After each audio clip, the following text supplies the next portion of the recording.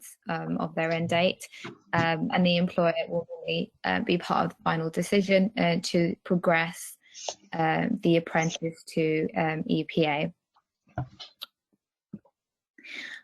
So there's 3 components, which are part of the Business Administration Level 3 endpoint assessment, and these are, each assessment method needs to be directly assessed through knowledge, skills and behaviours of the standard, so the assessor will have the final decision. So you will have the knowledge test, which is a multiple choice test, which is for 60 minutes with 50 questions which are multiple choice, and the assessment will be progressed through interview and presentation. The test will be completed online and will be invigilated by the endpoint assessor. So the pass mark is 30 out of 50. So if the apprentice achieves 29 or below, then the result is recorded as a fail. They will have the portfolio-based interview, which is for 30 to 45 minutes.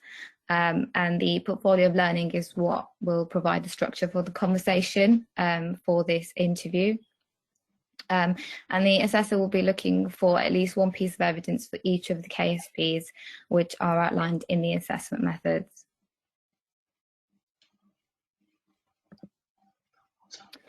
So the interview will assess understanding and learning, which is shown in the portfolio. And this is to assess understanding of the portfolio to validate any competency shown. The learner will need to show self-reflection of their performance, demonstrating their knowledge and giving examples, and for them to be able to show any appropriate skills and behaviours that they have applied, and for them to also show judgment and understanding, and to also be able to give some good examples of knowledge that they've gained, but also skills and competency and behaviours that they've demonstrated as part of their qualification. So portfolio of learning should contain evidence of a minimum of 8 to 12 pages, is expected for consistency. They should be able to outline knowledge, skills and behaviours, have practical observations or evaluation by the employer, so have a number of different assessment methods that they've used to demonstrate their competency and skill.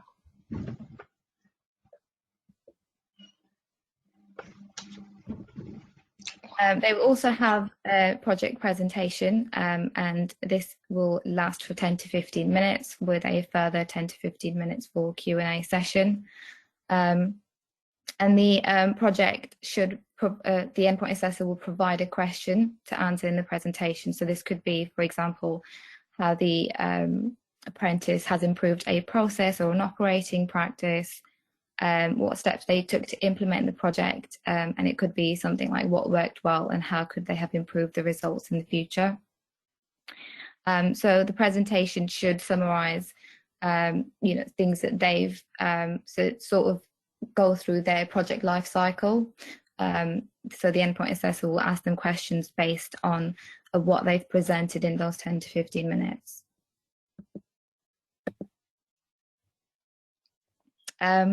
So the changes, I'm just going to pass over to Janet, so Janet can go through further changes, but I think the changes are just how the endpoint assessment will be assessed. So I'm just going to pass on to Janet to go through that further. Hi, good morning everybody. There is still a bit of debate. I joined a webinar from our EQA, and as you can see with the new assessment plan, if those people have read it, a lot of the components can be either assessed through portfolio and or through the project. And there's some discussion in relation to how can you say that somebody's passed one component if they can move nearly 90% of the criteria over to another assessment method. There is some debate about whether it's going to be holistic, which is fine, but there is still some queries around how can you say somebody has passed a project presentation when you take some of the criteria over to the professional discussion, because they have an opportunity to meet the criteria in either on the assessment plan if you look in the project presentation or the professional discussion around their portfolio. This is a logistic nightmare, as you can appreciate, for endpoint assessors, because they've got to make a judgment in their if their learner is given a presentation and a Q&A session afterwards, how much of the criteria are they going to move over to the portfolio and professional discussion. There is still some query about that. What we've done originally in the old assessment plan to give some clarification to both the training providers, employers and the apprentice is stipulate this is what we're going to assess in this assessment method and this is what we're going to assess in the other assessment method. Now that is totally against really what the Trailblazer group and the quality and the standards group wanted. They wanted a more holistic approach in relation for the learner to gain as much knowledge, skills and behaviour, showing their competence using the variety of different assessment methods. It does say on the assessment plan itself that there are certain KSPs that have to be met in certain assessment methods, such as record and documents have to be within the portfolio. Quality, policies and professionalism have to be within the portfolio and professional discussion. Whereas decision making and processes have to be only within the project. The only one that has to be within the knowledge is business fundamentals.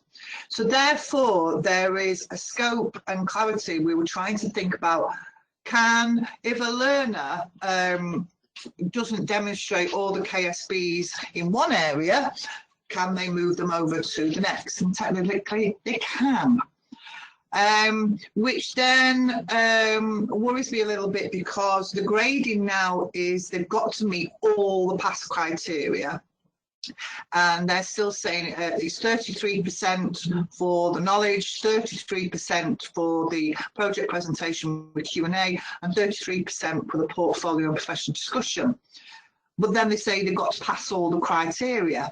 So it doesn't make sense. I think what's happened is the new business administration level 3 assessment plan is written in the old format. If you look at the new team leading one, the operational departmental manager, it's been written in the new one, and I think it's my personal opinion, I think it doesn't clarify a lot of what apprentices, training providers and employers want. Is that assessment method will assess that. So really I am looking for like training providers yourselves or employers to sort of like give me your thoughts and feelings to Summit in relation to what you think that should happen. I personally, I think if an apprentice and a training provider and employer know what criteria is going to be assessed in what area, they will make sure that that learner has got all the evidence, the skills, practice, mock assessments in relation to obtaining the criteria for those assessment methods. I'd like your opinions on it. We're still seeking clarification from REQA in relation to this, which we sent some our thoughts and feelings on this, but I'd like them getting from your opinions as well, that it feels a bit woolly. I don't know, and I'd like anybody, if they would like to sort of comment on the new assessment methods, what they think.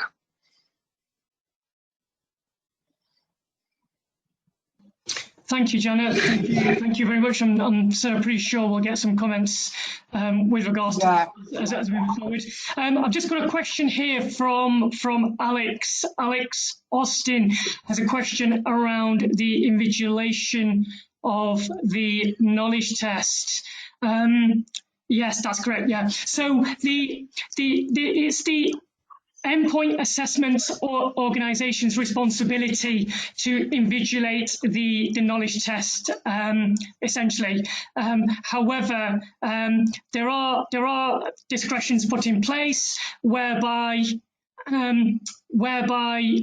either the employer, somebody from the employer, or the training provider can invigilate the knowledge test either on site with social distancing in place or remotely. However, it is then the responsibility of the endpoint assessment organisation to train either the employer or the training provider, whoever's going to be taking the invigilation, on some how-to methods of invigilation, essentially. And we need to have something on file just to sort of say that, you know, there's been training that has been delivered for the invigilation to have taken place by the EPAO to whoever's invigilating. So yeah, but it is ultimately the responsibility sits with the EPAO organisation.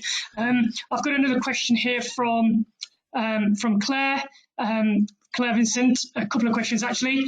Do you have any plans to combine the standard and the assessment plan into one document with a checklist approach for each KSP and assessment method? Janet? Yes.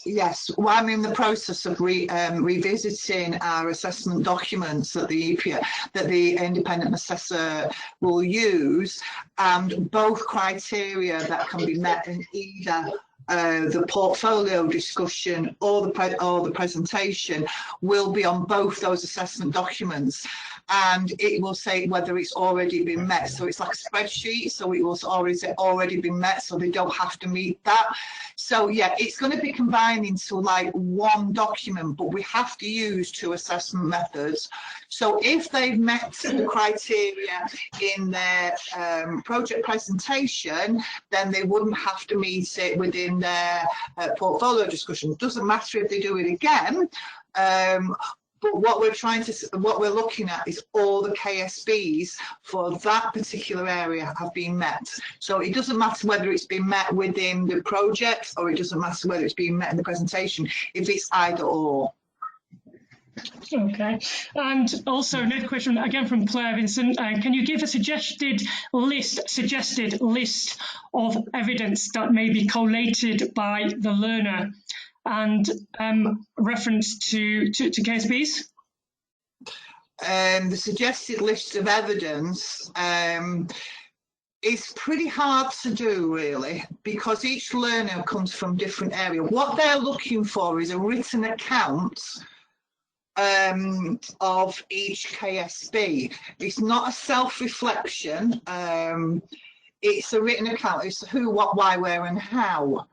So they would say for the KSP, if it's the just business fundamentals, you know that's going to be met within the knowledge test. So you wouldn't have to cross-reference it to that KSP.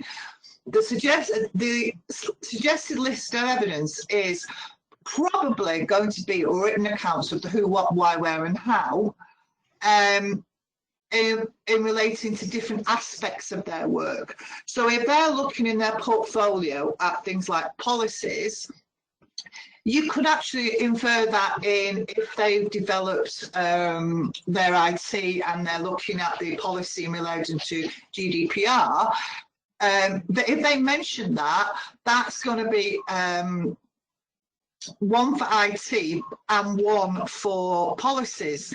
So you could say a list for each individual KSP, but some will be cross-referenced to different KSPs within one piece of work, because they're not a sole entity. That's what the Trailblazer Group didn't want. They didn't want them to be separate entities. They wanted to be holistic assessment. So the suggested list of evidence is, I think Sally did mention previously on a previous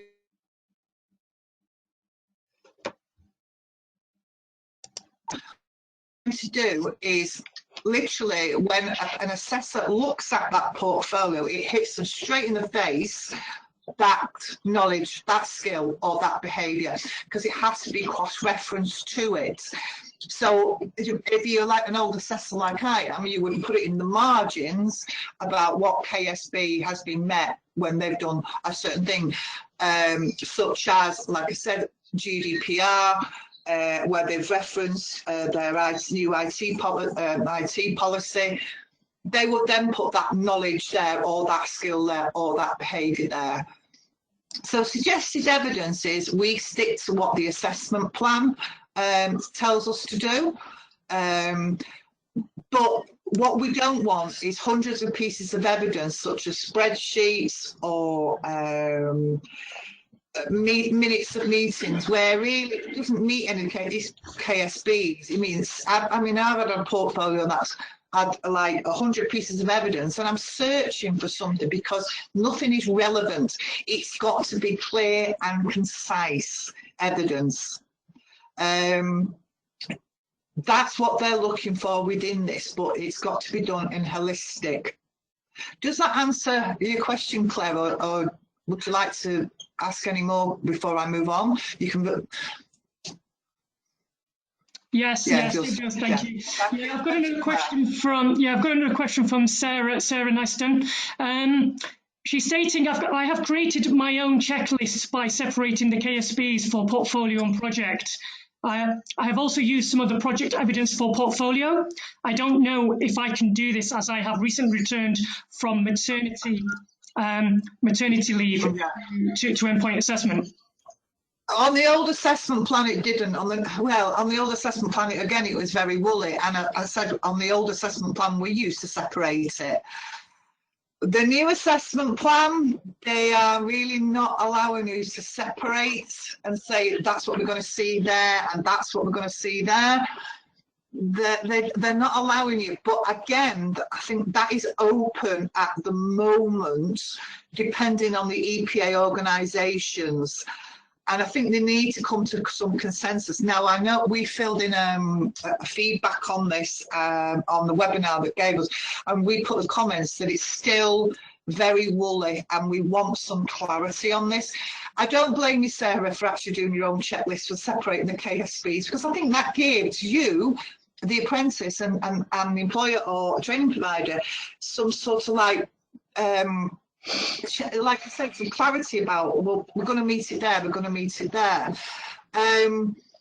But then again, I look at it, it's holistic, and if the learner really elaborates on something in the project, whereas it could have been met in the presentation, I wouldn't then say, no, you can't have that because you've got to do that in that area. And we're still waiting for clarification. Personally, I would like them to separate the KSPs, like the new assessment plans for the team leading, like the new assessment plans for the operation departmental managers. It quantifies and clarifies where it should be. But at the moment, what they're saying is it's holistic. So if they don't meet it in one area, they can meet it in another. How will we let the learner know that? We can let the learner know and say, well, these are the ones that you met. These are the ones you still need to do. Again, it is holistic. And I find that very difficult as an EPA. I don't know, Matt, do you want to sort of, because you and Sally, you assess these more than I do. What are your opinions on these?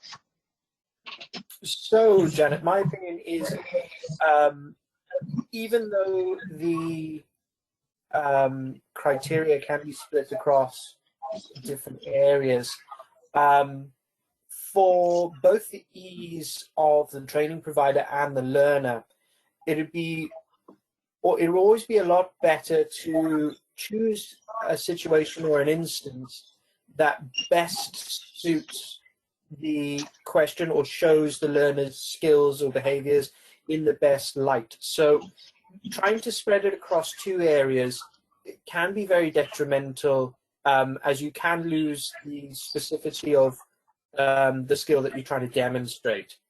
So preferably, we would always like to see one whole example rather than two partial examples. In our previous webinar, we did discuss how this may not always be possible, And again, you need to be very careful about splitting these sorts of criteria. However, as we said, best practice is always to be concise and succinct in answering any criteria as wholly as possible. Thank you, Mark.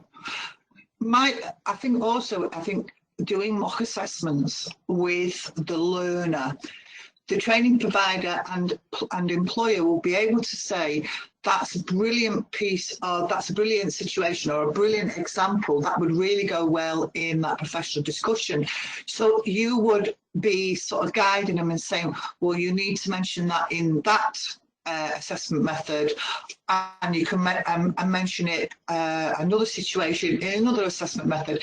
I think it's guidance from the training provider and the employer about how the learner can showcase their best knowledge, their best skills, and their best, their behaviours, which are the best situations they can use, and then say, well, that will be great bringing it up in that area, and it will be brilliant bringing it up in the presentation and the professional discussion.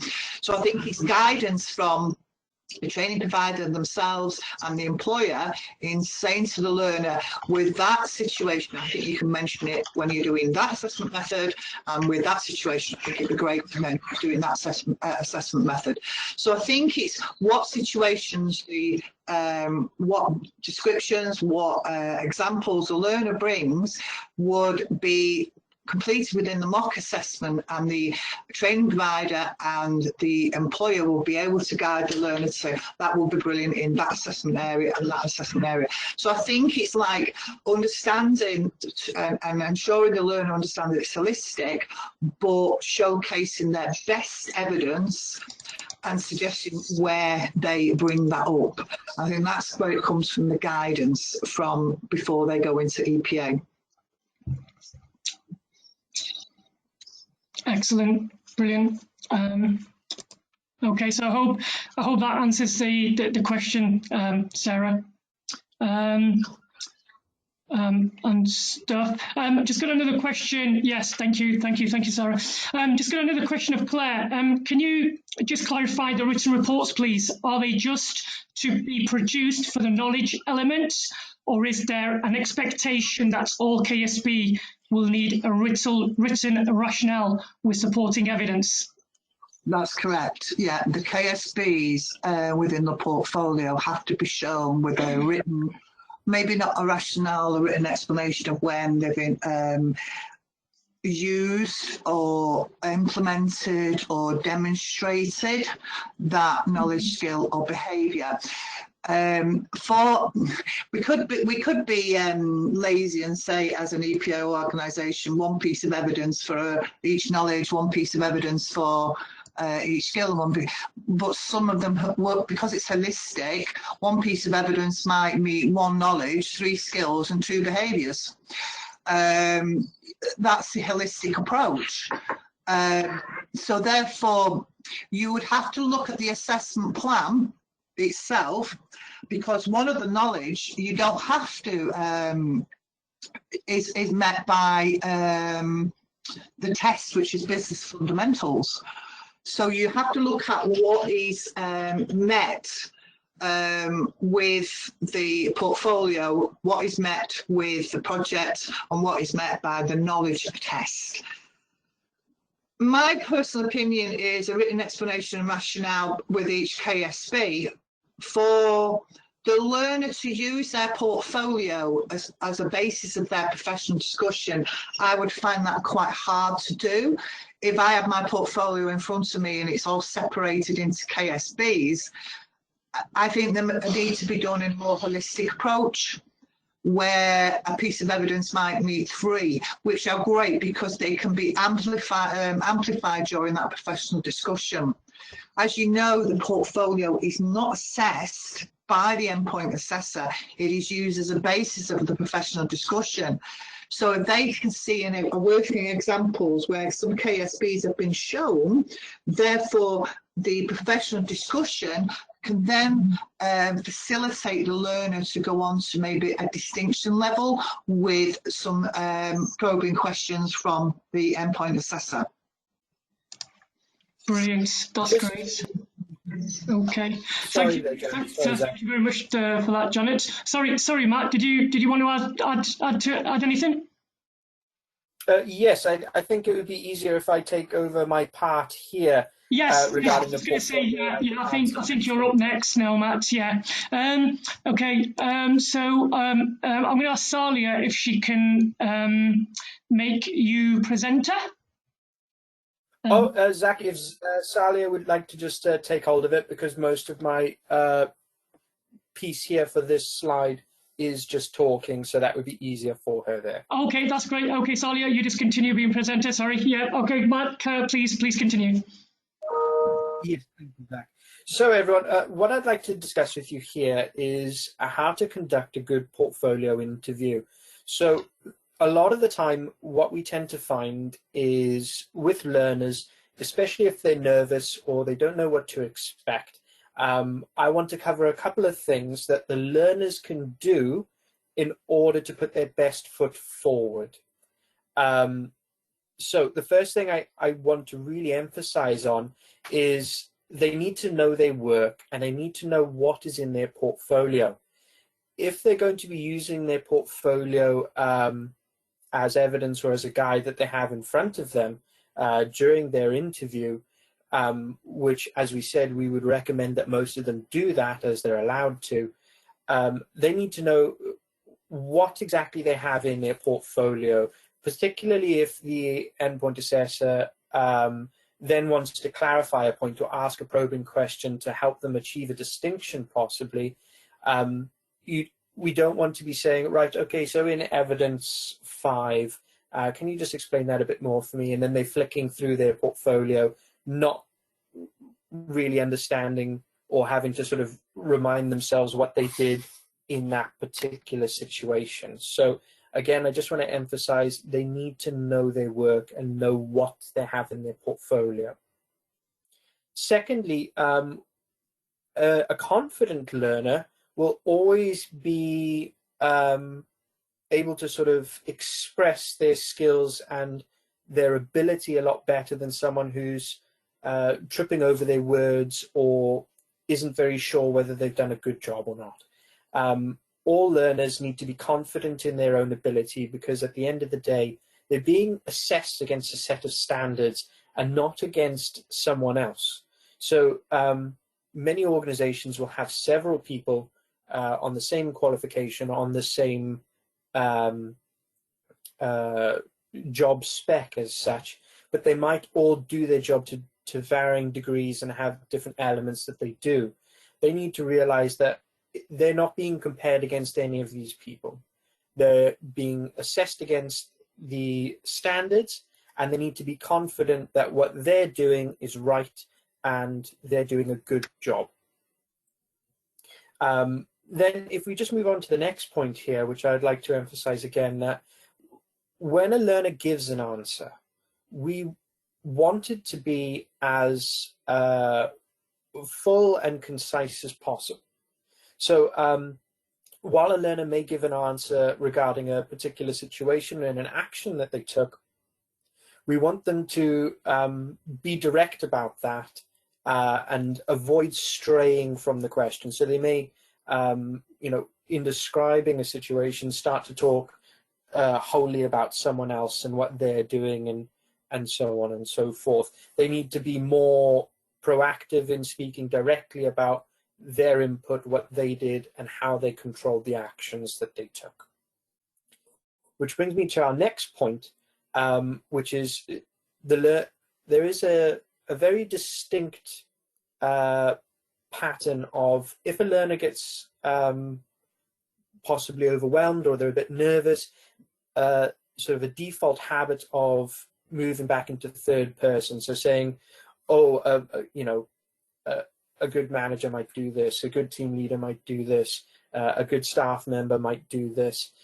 That's not what we're asking, because the whole point of the endpoint assessment is to assess their competence and their own ability. So it's very important that they answer in first person. So it's always the me, myself, and I.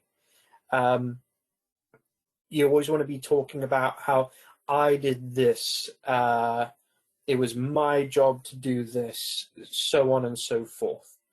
And then in addition to that, we also want to remember that the best structure for a learner's answers are going to be using the STAR method, which we do provide in our EPA toolkit there. So with the STAR method, we always talk about the situation first. What was the problem? What was happening? And what we needed to do. We then have the task, which is how we're going to fix that. What was the job itself that we wanted to complete? The actions that we took in order to achieve this, including any problems that may have occurred during this.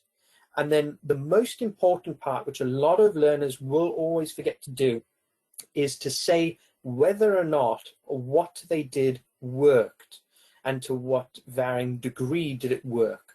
It's okay if what they did didn't necessarily work in that instance, because they can also then show how they reflected on that and what they could do better next time. So, you know, a learner may have an instance where, you know, they were compiling a report and part of that report was too complex or had too much superfluous information for what it was needed for, but they would have learned from that to say, right, okay, I need to filter my report results for next time so that it's more succinct and everyone in the meeting can have more straightforward information so that they don't have to cut through any extra information there.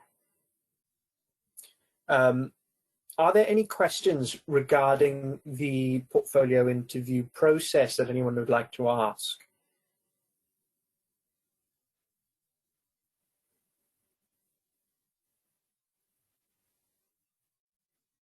Okay, so I think we can move on to the next part there, Salia.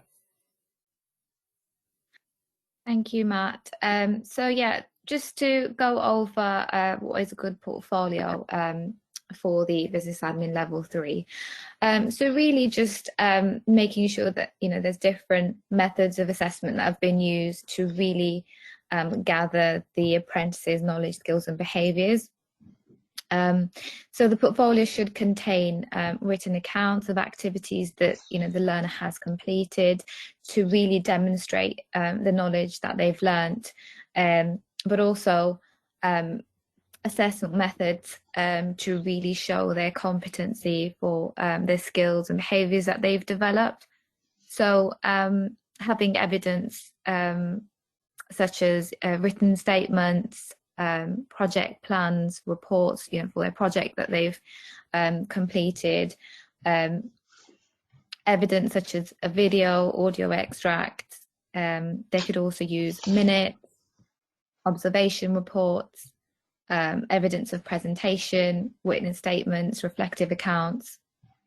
And I mean, especially now in the current situation where, you know, tutors may not be able to go out and do observations, so using things like you know, written evidence from the learners managers, so witness testimonies is a great evidence to use, feedback from supervisors, peers, papers or reports written by the apprentice, and evidence such as personal development plans and performance reviews for them to be able to show, you know, their progression. Does anybody have any questions about this part before we move on to the next slide? Yeah, Claire's got a question here. So the written reports are written, they have to write it in the same approach as me, myself, I. That's correct, yes. The written accounts is about that learner. So yes, I would worry if I didn't see the word I in any written account. It should be about them, what they did, because we're assessing them, nobody else. If a video refers to separately uploaded product evidence, would you consider this to be one or two pieces of evidence? Separately uploaded product evidence. You're going to be looking mainly at the written accounts. That's what we're looking at, the written accounts, and they are supported by video evidence. That's what they're looking for, is written accounts. So if the video refers to separately uploaded product evidence, would you consider it one or two pieces of evidence? We will consider it one piece of evidence because you've got a written account supported by a video evidence. So it's like one piece of evidence that one piece of evidence is the written account supported with a video regarding that. So it depends, because what they're saying is, yeah, okay, thanks Alex, I've answered your question. Okay, any more questions that anybody's got? Yeah, because I think product evidence always requires a separate piece of evidence. So professional discussion or an observation or a video would be would be okay to sort of cover that product evidence. Okay, Matt, have you got anything to add to this also? Maybe, I don't know. Yes. So again, as Janet just explained there, with any reports that are written, we want to make sure that they are as specific as possible to showcase exactly how that learner has affected that situation.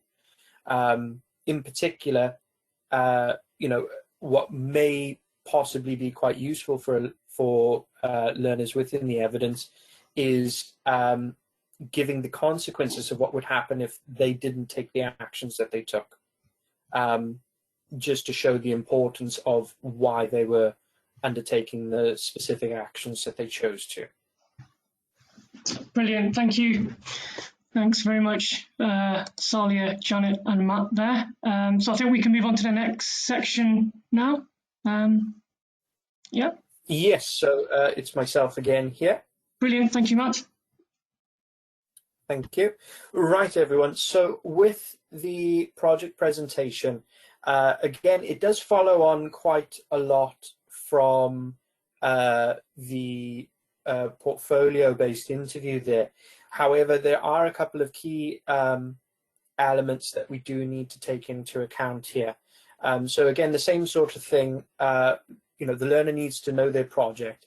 It would be extremely beneficial for them to practice their presentation, and so that they know it thoroughly. In particular, what a lot of learners will do is they will forget what is the overall aim of their project. So when they're presenting, they want to be presenting it in the best way possible to show that they were trying to achieve that specific aim. Again, the same sort of thing may happen where particular projects, for unknown reasons, they may not be able to complete them, or they get taken over by other departments, etc. That's not a problem. The main thing is that they're showcasing that full project life cycle and what all the elements were and what their plans were to do that, and how they were directly involved with being able to achieve that project. So whenever they're presenting, they do need to make it very, very clear what the aim or the goal of the project was, the plans that they had set out in order to achieve this project, then moving on to explaining how they were implementing these different procedures and how they got the ball rolling with the project. Most importantly, as with any project, they need to have sort of KPIs or ways of monitoring their progress within the project, as well as dealing with any contingencies or problems that they had. Again, same thing as we spoke about previously with other examples. If something did not necessarily go the way that they wanted, they do need to showcase the results for that, in terms of they need to explain what was the whole outcome, as well as reflecting on what they could do better next time. And then in addition, with something like a project, we would always want them to cover sort of closing actions or lessons learned. So carrying on from that reflection, saying what they would do next time, and anything that they could implement post-project that would help to rectify any issues or things that didn't particularly go the way that they had wanted. Again, we move on to the specificity of the learner needing to be direct, the me, myself, and I type of thing, where they need to explain their own input. How did what they do directly affect the outcome, and what would have happened if they had not been involved and they had not taken those specific actions? That would directly show their reasoning behind why they chose to do those specific actions. Again, learners need to be confident in what they're doing. They're being assessed against the standards, it's not against anyone else. And again, the benefit of a learner being confident can far outweigh trying to explain how they implemented skills and being timid about it. A confident learner will always exhibit behaviors that you cannot explain if you're not sort of embracing those. And again, what I would always say to do when they're covering the project presentation itself, as they work through each slide and each point, you want to sort of relate the progress of the presentation to how you aimed to achieve the overall goal or aim of the project, and how what you were doing during that particular point was helping you to move towards that overall goal and achieving or completing that project. Another key factor here that what a lot of learners might forget to do, which does very much help towards getting a distinction here, is just explaining for future reference how what they're doing at that particular point is going to impact on future tasks and situations. So it's not necessarily just I'm doing this now because I need to do it. It's I'm doing this in order to complete this project, which in future will help us to do X, Y, and Z. You know, showing that extra forethought and further understanding of the whole entire process and why they do it. There we are. So I believe we have a question here from Alexandra. So, is it for the learners to include project management tools, e.g. Gantt charts and cost-benefit analysis? Alex, I would say most certainly it's going to be beneficial to use these sorts of tools for the project. It's not, you don't have to, but I would very strongly recommend that they do use it in any way that aids their project and helps them to explain exactly where they've got to, particularly for progress markers or for planning. These sorts of things will be very useful for them to help showcase that within their presentation. Janet, do you want to add to that? Yeah, it's not, it doesn't state in the assessment plan that these have to be in, but if you think of the two KSPs that have to be met through their project, one is decision making and the other is processes. So yes, I think both of those would be beneficial, but I said they are not statutory, they're not mandatory, they have to be in there. But whatever, if they're going to be showcasing how they came to decisions in relation to a project, then a Gantt chart, cost benefit analysis, yes, would back that up. The written account in their projects, they could mention it, but it's not necessary they have to. The thing is with business admin, it's level 3. Therefore, the theories they may mention a theory, but is not mandatory within that. As a level 5, we'd expect something like that. But at a level 3, if they mention it, great. If they don't, not, because each person may maybe come up with their own decision-making process, their own, and their processes as well. Alex, thank you, and comparing your own skills against others. I don't understand that. That's great, thank you. Sorry, Matt. Oh, yes, I was just about to ask Alex if she could clarify that question there. So comparing own skills against others, do they have to include a comparison of their skills against others, i.e. why they were the best person to complete the project? I would say no for that one there. Specifically, it's not necessarily why you were chosen for the project. It's your ability to complete that project and your ability to showcase how competent you were to complete that project. Again, as I said previously, it's against, the learners are always assessed against the set of standards. To compare themselves to other people, we then move away from things that can be measurable. So against the standards, it'll be an apples to apples comparison, whereas if they're comparing themselves to other people, it would end up being an apples to oranges comparison. So I would say that it's always best to avoid comparing themselves to other people and focus more on their own input, their own ability, and why they were choosing to do certain actions, not why they were chosen to do the actions over someone else.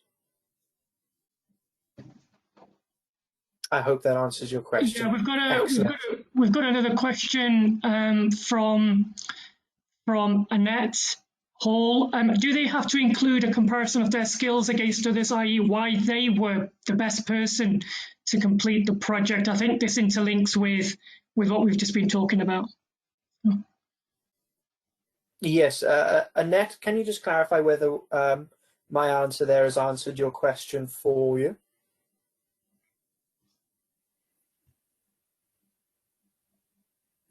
That's great, thank you. Excellent. Thanks, that's great. Okay, I don't think there's any questions, but I think we still got a few minutes left on the webinar. What I'm going to kindly ask, if I may, Janet, hi. Okay, can I please ask Janet just to very quickly just to talk through maybe some of the subject content on the knowledge test for business admin level 3. Just very briefly, Janet,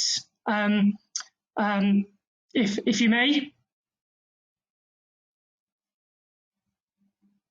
Yeah, thank you, Zach. Yeah, the only criteria that is stipulated has to be met in a knowledge test is business fundamentals, but there are other KSPs that will be picked up in a knowledge test.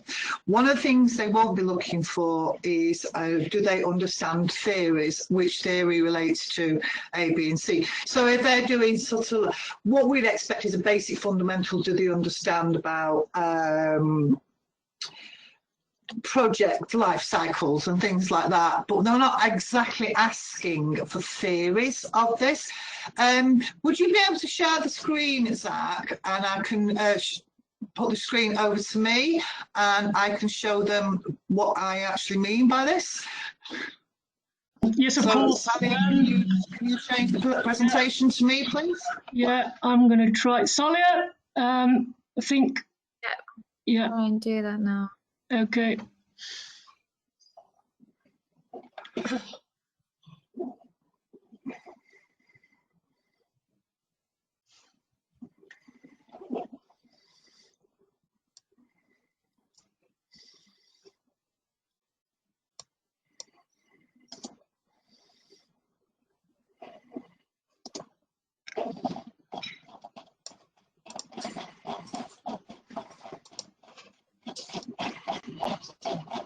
Okay, Janet, I think you're the presenter now. Brilliant, brilliant. Yeah. Okay. Okay. I just flip through my Word document here. Bear with me. This is our toolkit that we produced for the new standard, which has, as you can see, has got, it's still in its draft phase at the moment. But as you can see, what we're trying to do is cut out the theories in this. It is around the theory, not theories, but around business fundamentals. So if you look at what is covered in their knowledge test, the purpose and vision of their organisation and political and wider political and economic effects on the organisation. They're looking at stakeholder management, different types of stakeholder and how to manage stakeholders. So the question will be very generic about what affects. So there'll be like a situation and four answers they could choose from. And the knowledge is about an outline of laws and regulations, and also about, this is the main one, is the business fundamentals. Business fundamentals of managing change, project management and marketing.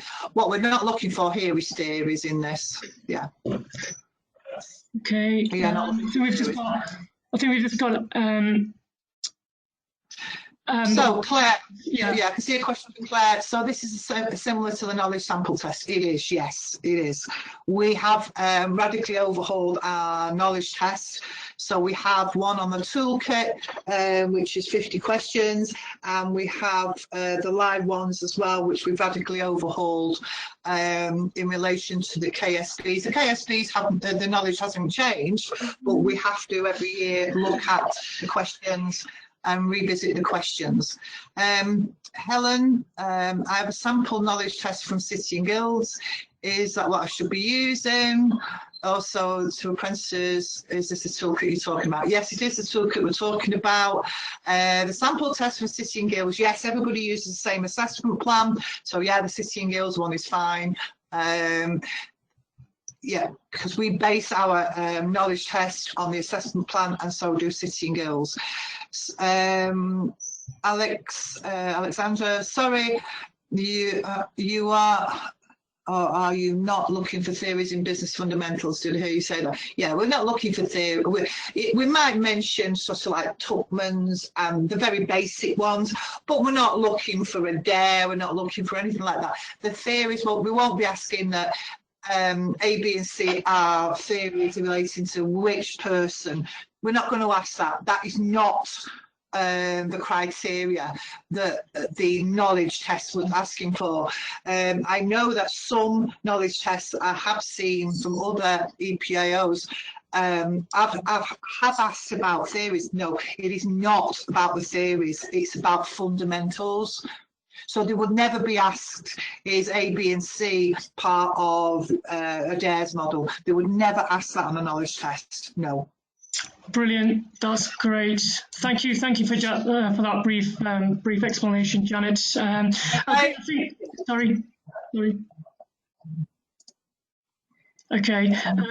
Yeah, I think we've come to the end of the webinar today. Then, you know, again, I'd just like to thank everyone for joining, and I hope you've all taken away the points and aspects and that you wanted to sort of take away with you today, and I hope it's helped everybody. Our next webinar will be in the first week of December. It will be 1st of December, the first Tuesday in December, and it will be on the 10 biggest mistakes causing EPA failure, which should be an interesting one.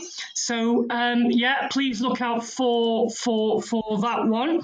And that's great. Well, thank you everybody for joining again, and I hope you all have a great rest of the day. I will be emailing out the link to everybody for the recording of the webinar, and that's great. Thank you. Thanks very much. Thank you, everyone. Have a good day. Have a good day. Thank you. Thank you.